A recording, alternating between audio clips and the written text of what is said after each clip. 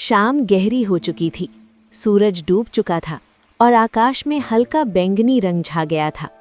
8 साल की रिया पार्क में अपनी दोस्त के साथ खेल रही थी, लेकिन उसकी दोस्त को घर जल्दी जाना पड़ा। रिया अकेली रह गई। उसे झूला झूलना बहुत पसंद था, इसलिए वो थोड़ी देर और रुक गई। पार्क अब बिल्कुल खाली और शांत था।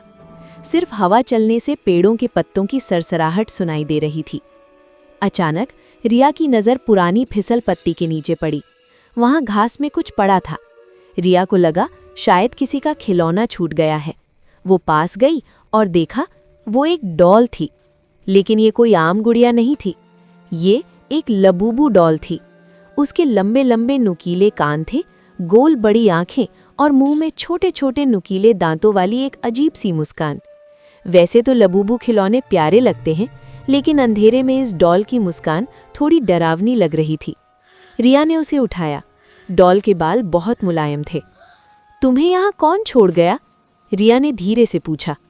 तभी एक अजीब बात हुई। रिया को लगा कि डॉल की आंखों ने पलक झपकाई। रिया ने अपनी आंखें मली। शायद मेरा वहम है, उसने सोचा। वो डॉल को बेंच पर बिठाकर खुद पानी पीने नल की तरफ गई। जब रिया पानी पीकर वापस मुड़ी तो उसके पैरों तले जमीन खिसक गई। बेंच खाली थी। लबूबू डॉल वहां नहीं थी। रिया का दिल जोर जोर से धड़कने लगा। धक धक धक धक। उसने इधर उधर देखा। तभी उसे पीछे से एक आवाज आई, जैसे कोई छोटी सी चीज घास पर चल रही हो। टुप टुप टुप। रिया ने पीछे मुड़कर देखा। लबूबू डॉल अब उस झूले पर बैठी थी जिस पर रिया कुछ देर पहले झूल रही थी। और सबसे डरावनी बात, झूला अपने आप धीरे धीरे हिल रहा था। चर चर। हवा तेज हो गई। लबूबू के नुकीले दांत अब चमक रहे थे। ऐसा लग रहा था जैसे उसकी मुस्कान और चौड़ी हो गई हो। अचानक एक पतली और खिलखिलाती हुई हंसी गूंजी। ही ही ही ही ही ही।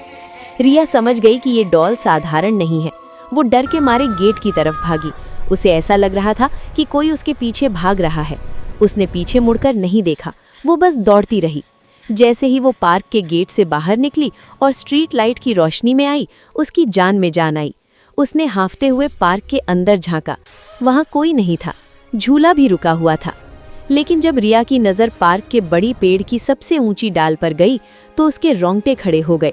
लबूबू डॉल पेड़ के ऊपर बैठी थी। उसकी बड़ी बड़ी आंखें सीधे रिया को देख रही थी।